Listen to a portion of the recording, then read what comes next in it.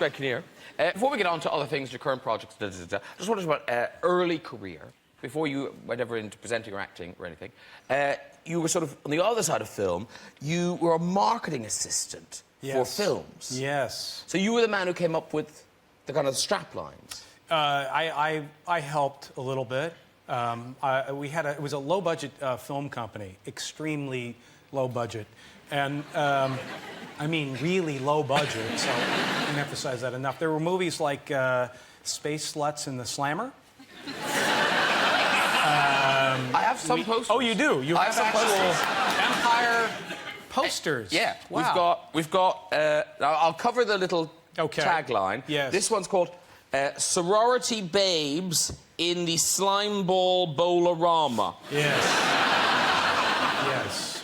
Were these porn then? I don't understand. No, they weren't. No, this was. No, this was much. This was a little like The Wrestler, actually. This was high art, and no, I honestly, it was my first job out of college, and I just ended up in Hollywood at this company, and they made these kind of exploitive, kind of fun films. That, by the way, people like Quentin Tarantino and stuff. A lot of guys actually collect these, movies and posters. They've got quite. Oh yes, it's wonderful. Do you remember the tagline? I don't. It is. In a bowling alley from hell, there's only one way to score. Is that you? That may have been me. No, these two apparently you're credited with these two. Oh, am I? Yeah. How do I cover that? This one, I can't imagine what this film was about. It's called Assault of the Killer Bimbos. Right. The poster doesn't tell us a lot. Yeah. It looks more like a diagram of how to put some furniture together from IKEA, doesn't it? I'm just terrified of what the tagline is. Do you remember? No, I don't. Yeah, no, I really don't. It was Bimbos Away. Now, I'm not criticising your work. No, wait. I want to make this absolutely clear that I was working in the marketing department that came up with this. I was mostly getting Danish and coffee for people. Listen to him run now. Wait a second. I have nothing to do with it. No, wait. This one, though, I love this. This is like, it must have been 4:30 on a Friday. Yeah. Right? So, you've got Ghoulies 2. Sure. Right? 4:30 on a Friday. Everyone's thinking, God, let's try and beat the traffic. Yeah. What strapline can we use for the sequel? So, Ghoulies 2, obviously they had a strapline for the first one, which they quite liked. So they just went with, they'll get you in the end again. Oh, jeez. Yeah. You got home in time. Got home early. Guy out of college, you got to earn a living somewhere, right? Listen, Michelle, yourself and Mr. Bob, Lord Bob, are in the family together. And is this the first time... You've been in films together, but it's the first time you've been on screen together? Yes. Yes, we were in Stardust together, and I was so excited to be in a movie with Robert De Niro, and then I realized I actually didn't get to work with Robert De Niro because we had no scenes together. Then we did New Year's Eve, and again, I was so excited to be in a movie with him, and once again, had no scenes together. So we would meet on the red carpet. Hello, nice to see you. You're wonderful in the film. So then I get this script, and I said to my agent, you know what? If I don't have a scene with him, I am not reading this. So, anyway, we had some great scenes together. We had fun. And were you meant to be in Raging Bull? Or was that just a story? Yes, actually, I was. No, I wasn't meant to be in Raging Bull. No, I went... It was one of my first interviews. I was just starting out. I don't know how my agent got me in the room with him, but he did. And I'm surprised he doesn't remember me, because I walked in looking like a hooker. Was it in L.A. or was it New York? It was in L.A., yeah. People who look like hookers. People who look like hookers. Hookers in white dresses. Yeah, I thought I had... I can't swear on this. I didn't think I had a chance. You can swear on this. Can I? Oh. What word were you going to say? A shot in hell. Oh, shot in hell? Wow. Where do you live? A shot in hell.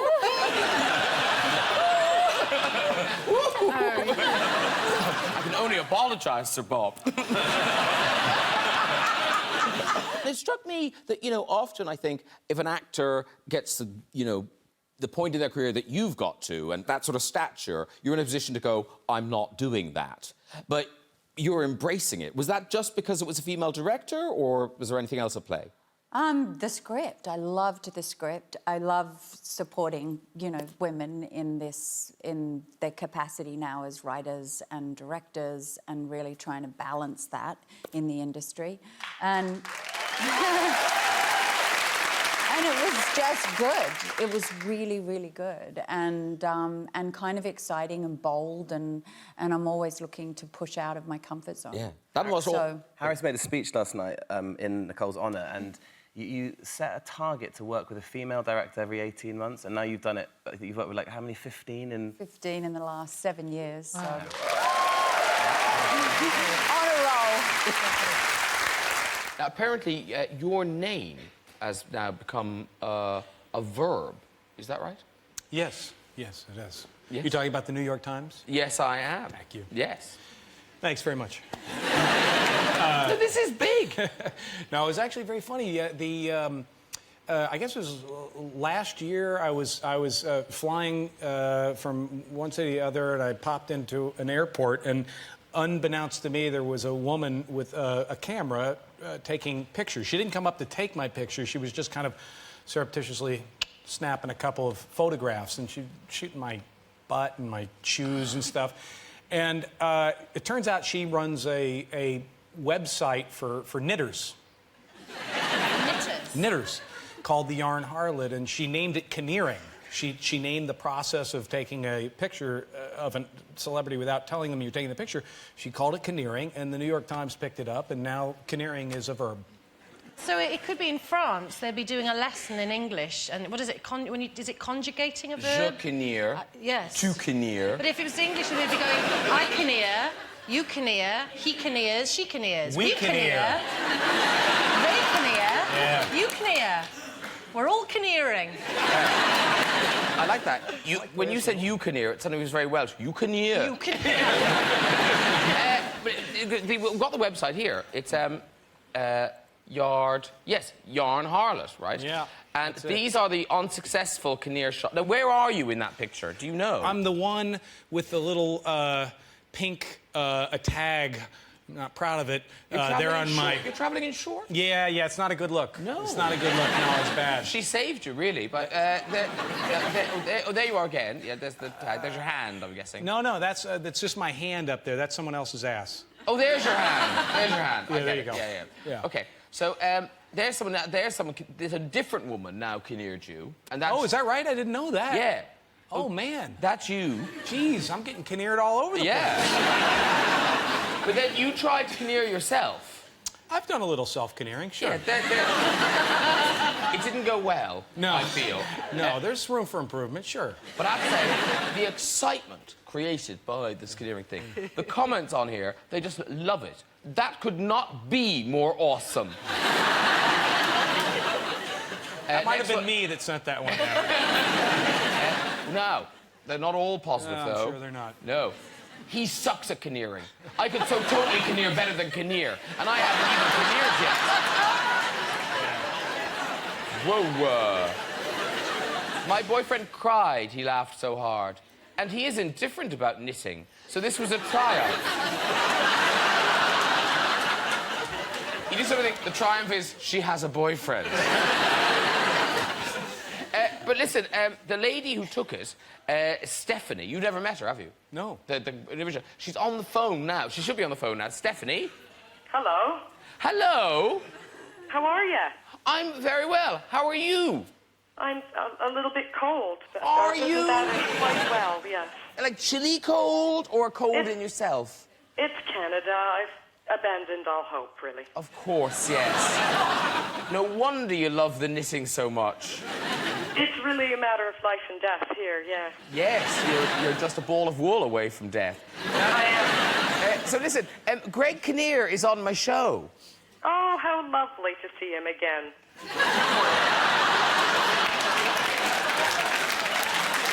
Control your enthusiasm. I swear she's on the phone. She's not here. She's not going to bound out. So it is amazing this has taken off, the idea of Kinnearing. I know, and I'm just thrilled, you know, when I think about it, how it could have gone, you know. Yes. I'm really delighted with how it ended up, you know. I mean, it didn't have to be Greg Kinnear in that airport. I mean, this could have ended up being like Spielberging. So, Stephanie, a lot to do in Canada? Just this, Graham, why do you ask? Just wondering, you seem to have really thought this through. Okay, so listen, what we're going to do, if I get Greg Kinnear to try and Kinnear himself again, could you upload it onto your website by the end of our show? I have that power, yes. Have you? All right. So I've turned that on. All you need to do is press that. Okay. So if I chat to you, if you just hold it off to the side, I guess, or however you want to do it. I know how to Kinnear. Oh yeah. How did that? Oh, no, that's not good. I'll show you. There you go. Just give me... if I could just have... Oh, no, that's good. And you get Ruth Jones in as well. Oh, OK, well, I want Ruth in there, so there we go. Yeah, okay. Yeah, you happy with that? Yeah, we'll go with OK, we'll send that off to you, Stephanie, all right? It's all about the element of surprise. I'm not understanding how you're surprising yourself, but we'll have to see how it's gone. All right, Stephanie. Cheers. Here's the thing. Not just acting. Michelle Pfeiffer, a woman of many talents. No, stop it now. Unless, are you method actors? Has someone actually done it? Yeah. I'm really good. I actually farted. You sing. You sing the... Now, what is it called when the song's at the end? Just the end song? The end titles. End title song. End title song? Yeah. I do. And this is a new song? It's a new song that Ken Bronner wrote the lyrics Patrick to. Doyle wrote the music for the movie, and there's a wonderful theme inside it. And out of a beautiful bit of acting that they all do, but this particular bit belonged to Miss Pfeiffer, there's this song that came out of it called Never Forget, which Michelle sings very beautifully. And we know you can sing from Fabulous Baker Boys and Hairspray and Grease 2 and things, but you're now in a song. When did you find out that your name was in like one of the biggest songs of the last few years? I think somebody emailed me, and well, first it was that Riptide song, and then the Bruno Mars one came out, and I'm like, what's going on? So this is Uptown Funk. Uptown No, because it's right at the beginning. I'm a huge fan. If we just play it now, this is what...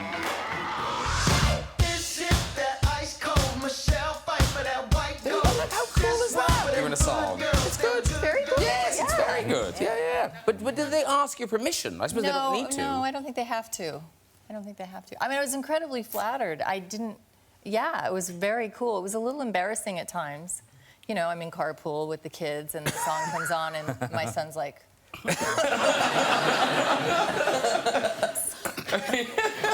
Or I'm in exercise class, and the song comes on, and...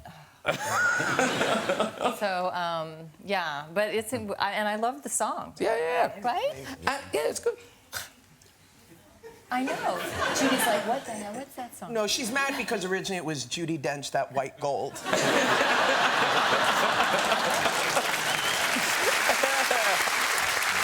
I must also mention Big Little Lies, yes. And how great that was, and how great you are in it. And there you all are.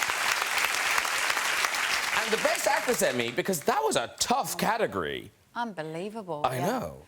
But, I mean, I really feel like that Reese and I won that together because... No, we didn't. Well, I mean... I don't think she feels that way. Then we won for this...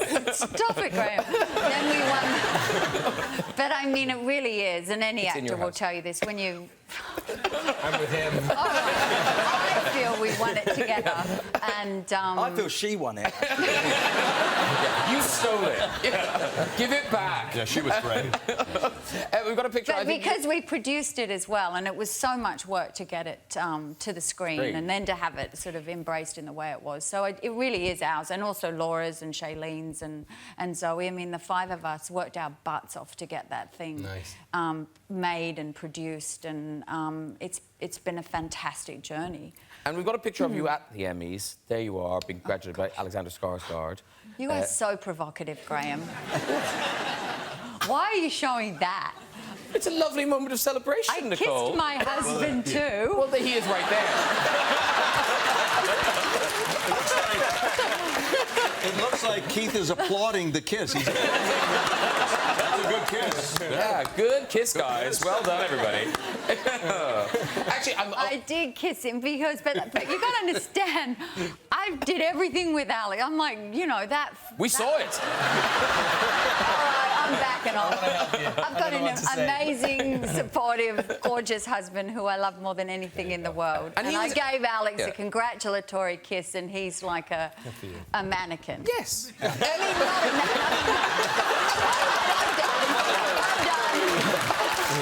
Very quickly, the last time we were here, actually, Keith was here with you, and he was being very tight-lipped about your 50th birthday celebration. Oh, right. So what had he organised? He did some fireworks and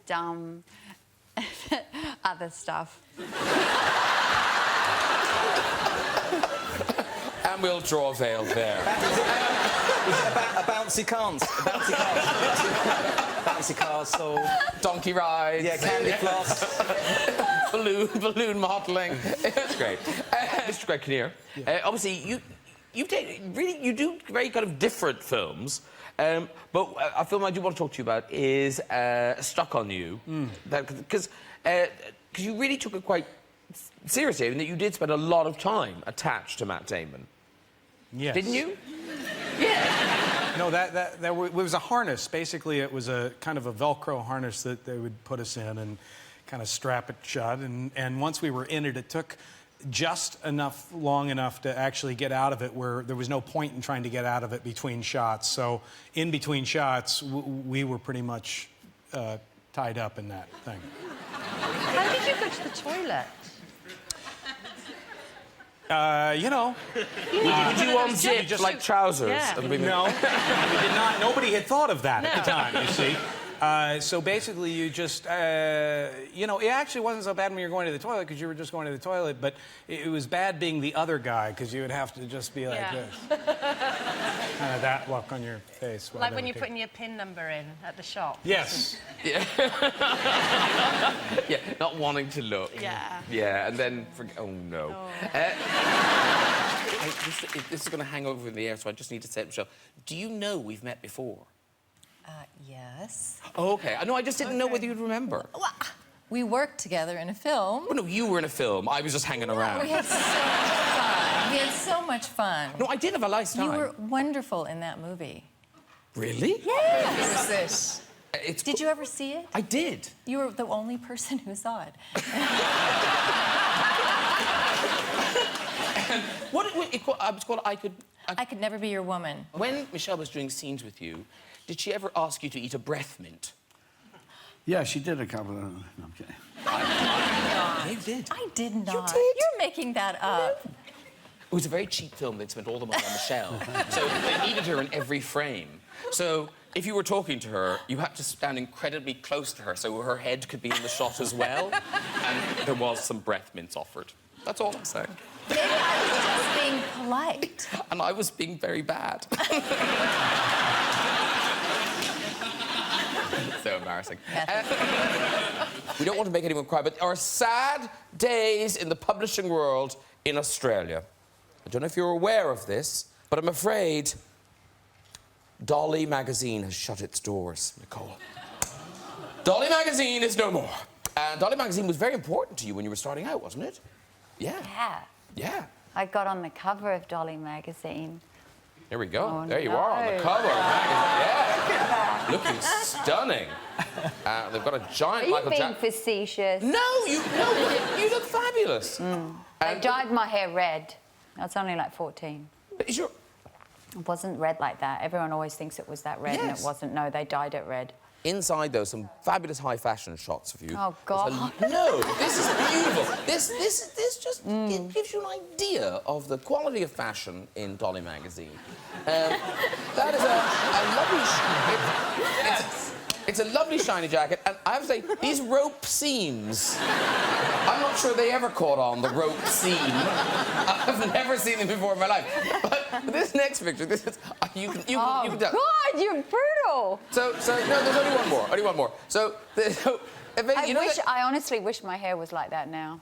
It's so dreadful. Because I have to say, anyone that has curly hair that's young, keep your curly hair, don't straighten it, because after a while, you don't get your curls back. Really? So, no, they kind of become just frizz mass. I mean, that is frizz mass, but I kind of like that. But, yeah, it's gone. So I'm like an old woman now where I say, don't dye your hair and don't straighten your curls. I like that idea. You know, when photographers in movies, when they're doing, you know, photo shoot, and they're always like, oh, look sexy, or give me something, give me this, or, you know, try this, da-da-da.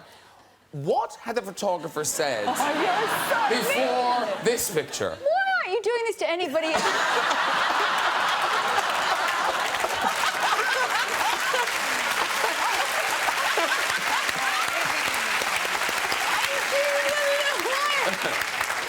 You look great! Is this the sort of thing you're after? I think the photographer just said, can I see your pants? I thought you were going to say something rude then. No. God, no. We'll take it away. We'll take it away. There you go. Dolly Magazine, R.I.P.